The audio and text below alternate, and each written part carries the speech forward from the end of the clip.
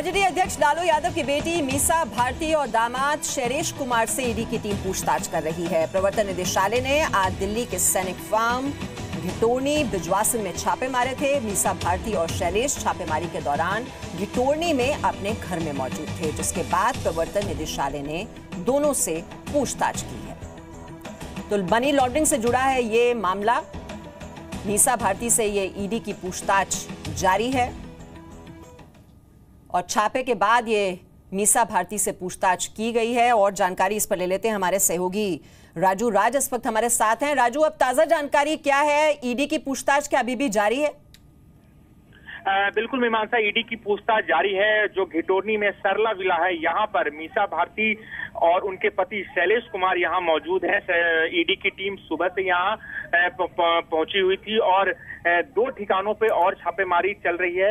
एक सैनिक फार्म में और दूसरा ब्रिजवासन का जो पालम बिहार में 26 नंबर का जो फार्म हाउस है, उसमें ये छापेमारी चल रही है। बताया जा रहा है कि 8,000 करोड़ से ज्यादा की रकम को सेल कंपनियों के जरिए काले धन को सफेद किया था और उन्हीं पैसों से वो फार्म हाउस खरीदा गया था। और ये जो मिसेल कंपनी है शैलेश कुमार का, मीसा भारती के हस्बैंड पे, उसी सिलसिले में ये पूछताछ चल रही है। और जो छापेमारी है उस दौरान पता ये भी चला है कि जो दूसरे दो फार्म हाउस है, सैनिक फार्म और जो बिजवासन फार्म है, वहां पे कुछ कमरे में ताला लगा हुआ है। उसकी चाबी के बारे में पूछताछ कर रही कि उसका क्यों उस कमरे को बंद कर दिया गया, आखिरकार उस कमरे में क्या है, उस बारे में यहाँ पर पूछताछ चल रही है।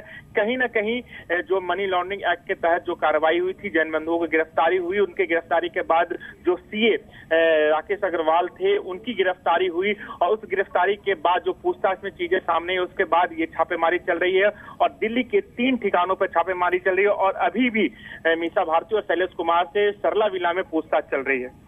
जी, कल राजू लालू यादव से जुड़े हुए 10 ठिकानों पर छापेमारी हुई। बेनामी संपत्ति का जो विवाद है वो तो बना ही हुआ है और ये मनी लॉन्ड्रिंग का मामला, यानी लालू और उसका पूरा परिवार इस वक्त पूरी तरह से घिरे हुए हैं, चौतरफा घिरे हुए हैं।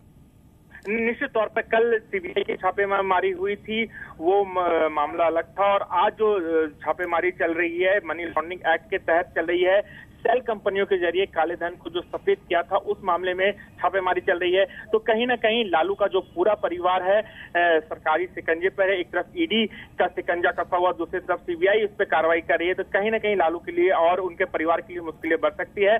और शायद इस मामले में जो पूछताछ अभी चल रही है, अगर जवाब उनको ईडी को सही नहीं मिलता तो हो सकता है गिरफ्तारी भी आने वाले टाइम पर संभव है। लेकिन कहीं ना कहीं राजनीतिक सरगर्मी बढ़ गई है इस छापेमारी के बाद।